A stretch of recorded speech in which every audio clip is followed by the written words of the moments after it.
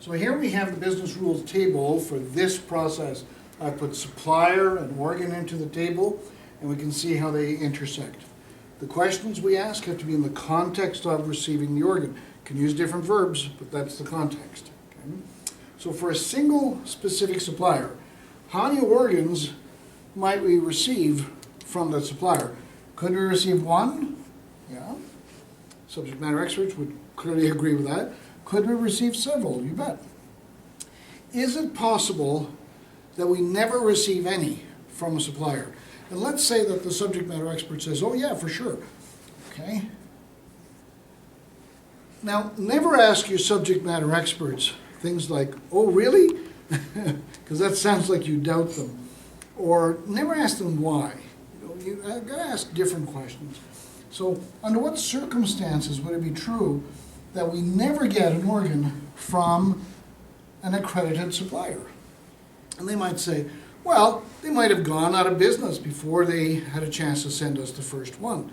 Ah, okay, so gone out of business because one becomes one of the examples we've got to write up under that rule under supplier. So that's an event. Supplier goes out of business. So what I would do is I would turn around and ask the subject matter expert, do you want to keep track of those suppliers that go out of business? And they'll either answer yes or no. If they answer no, we don't care, then that means it's out of scope. Supplier goes out of business. So we would put that in our out of scope list. Supplier goes out of business.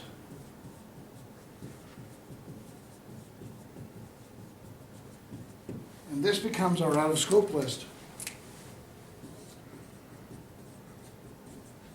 So you want to keep track of not only what's in scope, but you want to keep track of what's out of scope as well, because surely somebody will come along further down the line of the project and they'll say, well, did you consider those suppliers that go out of business? At least you can then go to your in-scope and your out-of-scope list and say, well, yeah, we talked to a subject matter expert, and we decided that we're not going to keep track of suppliers that go out of business.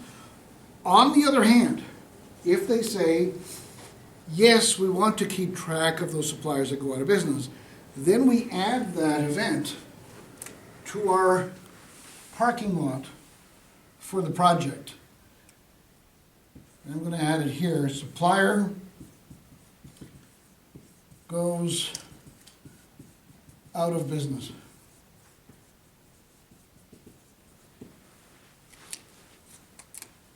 And I just added it to the list. I can deal with this event anytime I want. So far, you can see that I've been going in order that I wrote it. But, I can go anywhere in this list and work from that. So I've just added it there. And I'll get to it later. I'm not going to become distracted at this point and start talking about what happens when a supplier goes out of business. Stay focused on that single process you're working with and stay focused right there. Okay, so we found the circumstance under which it's true that a supplier might never receive an organ from a supplier. Remember that when we ask that question, under what circumstance could that be true, that circumstance is what an event is. An event is either a circumstance or a condition or a situation that you have to be able to deal with. So circumstance really is another way of saying, so what's the event that applies? But it's better to use plain language and say, under what circumstance would that be true? Let's go to the next question.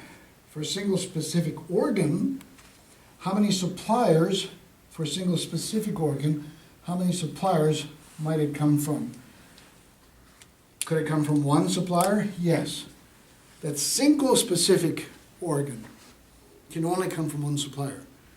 We can get hearts from many suppliers, but a single specific heart can only come from one supplier. So there it is right there. There we have the business rules table for that one. And again, you'll see that it's a very small one.